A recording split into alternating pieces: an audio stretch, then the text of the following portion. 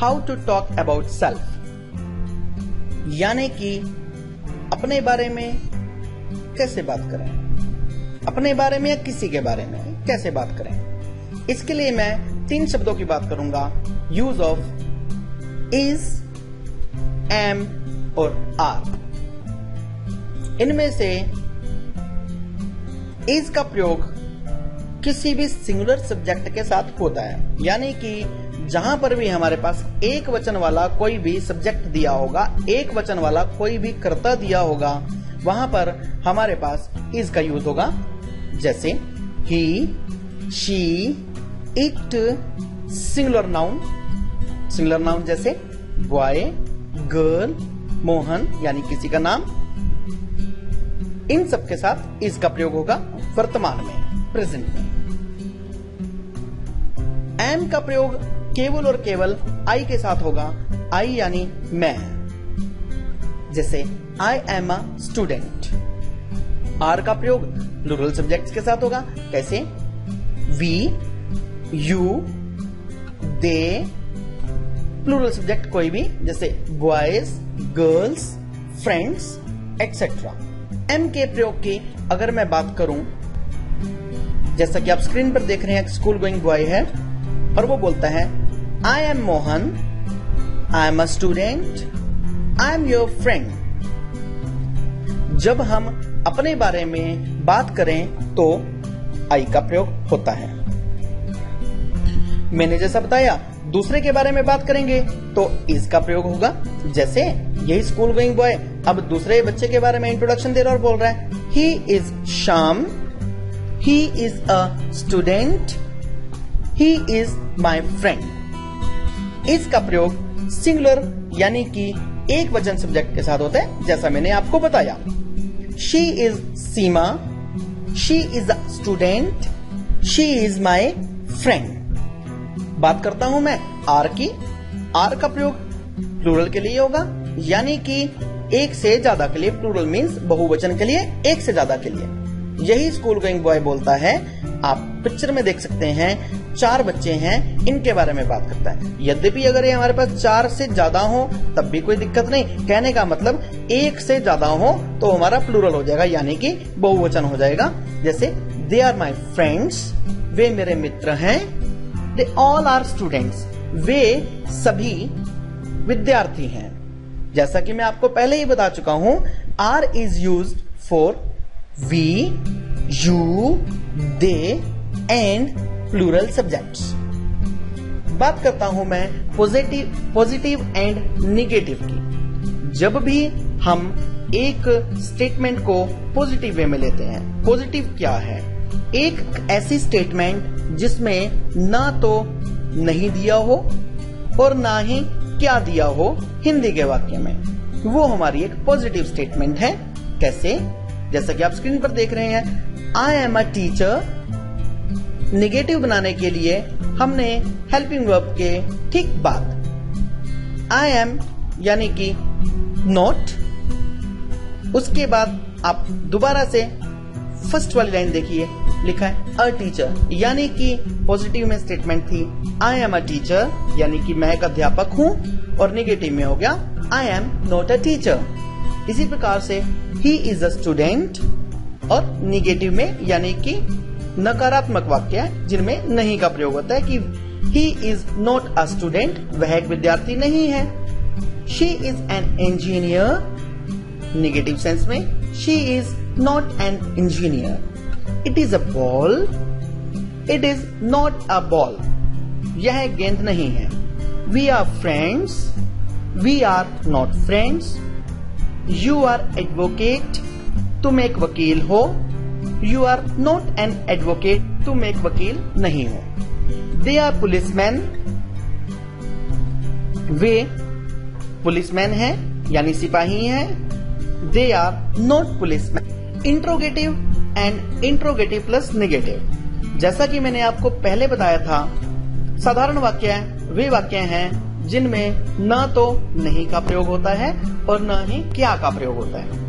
ऐसे वाक्य जिनमें नहीं का प्रयोग होता है वो हमारे नकारात्मक यानी कि नेगेटिव सेंटेंसेस हुआ करते हैं, और ऐसे वाक्य जिनमें क्या का प्रयोग होता है, यानी कि किसी भी प्रकार का कोई भी प्रश्न पूछा जाता है वो हमारे इंट्रोगेटिव सेंटेंसेस हुआ करते हैं। इंट्रोगेटिव यानी प्रश्नवाचक वाक्य। अभी प्रश्नवाचक वाक्य के बारे में एक चीज मैं आपको और बता दूं कि प्रश्नवाचक वाक्य जो हम इन वाक्यों में और जो हम टेंसेस में डिस्कस करेंगे, उन प्रश्नवाचक वाक्यों का उत्तर केवल और केवल हाँ में या ना में ही दिया जा सकता है। इनका आंसर यानी कि ऑब्जेक्टिव हो सकता है, वेरी शॉर्ट आंसर हाँ या ना में ही दिया जाएगा। इनका आंसर कभी भी सब्जेक्टिव यानी कि विस्तार में नहीं दिया जाएगा। इसी में हमारे पास एक ऑप्शन और आती है जिसको हम बोलते हैं इंट्रोगेटिव प्लस निगेटिव, यानी कि ऐसे वाक्य जिनमें प्रश्न भी पूछा गया हो लेकिन प्रश्न के साथ नहीं का भी प्रयोग किया गया हो, उनको हम इंट्रोगेटिव प्लस निगेटिव बोलते हैं। कैसे? अभी हम कंपैरिजन करेंगे। पहले हमने कंपैरिजन किया साधारण वाक्यों का यानी सिंपल सेंटेंसेस का निगेटिव के साथ। अब हम कंपैरिजन करेंगे इंट्रोगेटिव का इंट्रोगेटिव प्लस निगेटिव के साथ। मैं दोबारा से एक बार आपको याद करा दूं, साधारण वाक्य यानी सिंपल वाक्य वो वाक्य है जिनके अंदर ना तो नहीं दिया हो हिंदी में और ना ही क्या दिया हो हिंदी के वाक्य में, वो हमारे साधारण वाक्य हैं। जिन वाक्यों में नहीं दिया हो वो हमारे निगेटिव सेंटेंसेस। जिन वाक्यों में यानी कि जिनके हिंदी के वाक्यों में क्या दिया हो वाक्य के शुरू में और अंत में प्रश्नवाचक चिन्ह दिया हो, वो हमारे प्रश्नवाचक वाक्य है यानी कि इंट्रोगेटिव सेंटेंसेस। और ऐसे वाक्य जिनके शुरू में क्या और जिनके बीच में नहीं दिया हो वो हमारे interrogative plus negative sentences. Negative sentences के बारे में एक चीज आपको और बताऊंगा। निगेटिव सेंटेंसेस में जैसा मैंने आपको पहले भी बताया कि हेल्पिंग वर्ब के तुरंत बाद नोट लगता है, यानी कि निगेटिव सेंटेंसेस में हेल्पिंग वर्ब कभी भी अकेली नहीं आती। हेल्पिंग वर्ब के तुरंत बाद हमारे पास नोट का प्रयोग करना जरूरी होता है। इंट्रोगेटिव में हमारे सेंटेंस की जो भी हेल्पिंग वर्ब है, हेल्पिंग वर्ब यानी कि इस पार्ट को, इस चैप्टर को जिसको हम कर रहे हैं, इसमें हमारे पास 3 हेल्पिंग वर्ब्स हैं, एक इज, एक एम और एक आर। इज का मतलब एक सिंगुलर के लिए यूज होना, एम का मतलब आई के लिए यूज होना और आर का मतलब प्लूरल यानी कि बहुवचन के लिए। सेंटेंस में जैसा हमने किया था आई एम अ टीचर, एक साधारण सेंटेंस था। मैं एक अध्यापक हूँ, मैं एक अध्यापक नहीं हूँ, आई am not a teacher, note लग गया था हेल्पिंग वर्ब के तुरंत बाद। इंट्रोगेटिव में यही हमारी हेल्पिंग वर्ब वाक्य के आरंभ में आ जाएगी। कैसे? एम आई अ टीचर, क्या मैं एक अध्यापक हूँ, क्योंकि हिंदी में हमारे पास प्रश्न पूछा गया क्या मैं एक अध्यापक हूँ, और जब इस चीज को वेरीफाई करना हो कि क्या मैं अध्यापक नहीं हूँ यानी कि क्या भी आ गया और नहीं भी आ गया, तो इसमें हमारे पास इंट्रोगेटिव प्लस नेगेटिव की ऑप्शन लगेगी। इंट्रोगेटिव प्लस नेगेटिव बनाते समय एक बात का ध्यान रखेंगे, इंट्रोगेटिव सेंटेंसेस में जैसे हमारे पास हेल्पिंग वर्ब वाक्य के शुरू में आ जाती है और उसके बाद तुरंत बाद हमारे पास सब्जेक्ट आ जाता है, सब्जेक्ट के बाद हमारे पास रेस्ट ऑफ द सेंटेंस आ जाता है। इसी प्रकार से इंट्रोगेटिव प्लस नेगेटिव में पहले हमारे पास वाक्य के शुरू में, बिल्कुल शुरू में हेल्पिंग वर्ब होगी, उसके तुरंत बाद सब्जेक्ट होगा और तीसरे नंबर पर यानी कि दोबारा से सुनेंगे, पहले नंबर पर हेल्पिंग वर्ब, दूसरे नंबर पर सब्जेक्ट और तीसरे नंबर पर निगेशन यानी कि नोट आ जाएगा और उसके बाद रेस्ट ऑफ द सेंटेंस और लास्ट में क्वेश्चन मार्क तो आएगा ही आएगा, क्योंकि इंट्रोगेटिव का मतलब प्रश्नवाचक है। इंट्रोगेटिव और इंट्रोगेटिव प्लस नेगेटिव इन दोनों के अंत में क्वेश्चन मार्क आएगा। सिंपल वाक्यों के जो हमने सबसे पहले किए थे साधारण वाक्य और नेगेटिव सेंटेंसेस यानी कि सिंपल सेंटेंसेस और नेगेटिव सेंटेंसेस इन दोनों के अंत में फुल स्टॉप आता है और इंट्रोगेटिव प्लस नेगेटिव के अंत में क्वेश्चन मार्क आता है। उदाहरण से देखते हैं जो आप स्क्रीन पर देख रहे हैं। Am I a teacher, interrogative plus negative में am I not a teacher, is he a student, is he not a student, is she an engineer, is she not an engineer, is it a ball, Is it not a ball? Are we friends?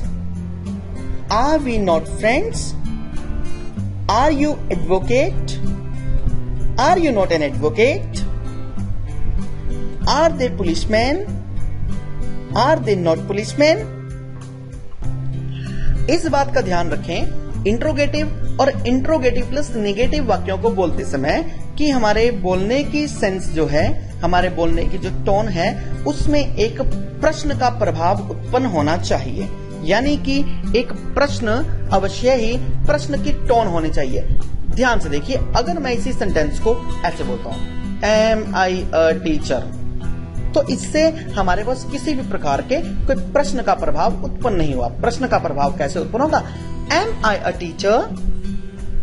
और इसी प्रकार से interrogative plus negative में भी am I not a teacher, यानी कि जो भी हम वाक्य बोलें उसके अंदर हमारे पास एक प्रश्न की टोन जो है, प्रश्न का प्रभाव अवश्य ही उत्पन्न होना चाहिए। इन्हीं को अब एक कन्वर्सेशन की एक्सरसाइज के पॉइंट ऑफ व्यू से देखते हैं। जैसे आप स्क्रीन पर देख रहे हैं, what is your name? My name is Vijay. Are you a student? Yes, I am a student. हाँ, मैं एक विद्यार्थी हूं। Are you married? क्या तुम शादीशुदा हो? No, I am not married, I am single. Where are you from? तुम कहां से हो? I am from Ambala. How are you? तुम कैसे हो? I am fine, thank you. What about you? मैं ठीक हूं। आप अपने बारे में बताइए। I am also fine. Where is your mobile? My mobile is at home. What is the colour of your mobile? Is it white? No, it is black. How are your parents? They are well. Where is your father? He is out of station today. इस प्रकार से हमने इस conversation में is का प्रयोग देखा। is का प्रयोग हमने WH फैमिली में भी देखा, क्योंकि एक प्रकार से क्वेश्चंस भी पूछे जा रहे हैं और उसके उत्तर भी दिए जा रहे हैं। अब क्वेश्चंस WH फैमिली का प्रयोग करके, प्योरली श्योरली WH फैमिली का प्रयोग करके क्वेश्चंस की बात करता हूं। Where are you? I am in Delhi today. What is your house number?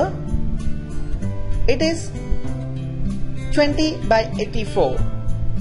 How old are you? I am 15। Who is your best friend? Ram is my best friend. Where is Ram from? He is from Punjab. Where is petrol pump? It's 5 kilometers from here. Is your mother a teacher? No, she is housewife. उपरोक्त वाक्य में एक चीज आप देखेंगे कि आई के तुरंत बाद अपोस्ट्रोफी लगा और उसको एम लगा। इसका प्रयोग राइटिंग टास्क में किया जाता है। राइटिंग टास्क में इसलिए प्रयोग होता है क्योंकि ये हमारे पास इंग्लिश में कंट्रैक्टेड फॉर्म्स हुआ करती हैं। कंट्रैक्टेड फॉर्म्स मींस सब्जेक्ट के साथ हमारी हेल्पिंग वर्ब को कंबाइन कर लिखना, उसके लिए हमारे पास एक शब्द है कंट्रैक्टेड फॉर्म।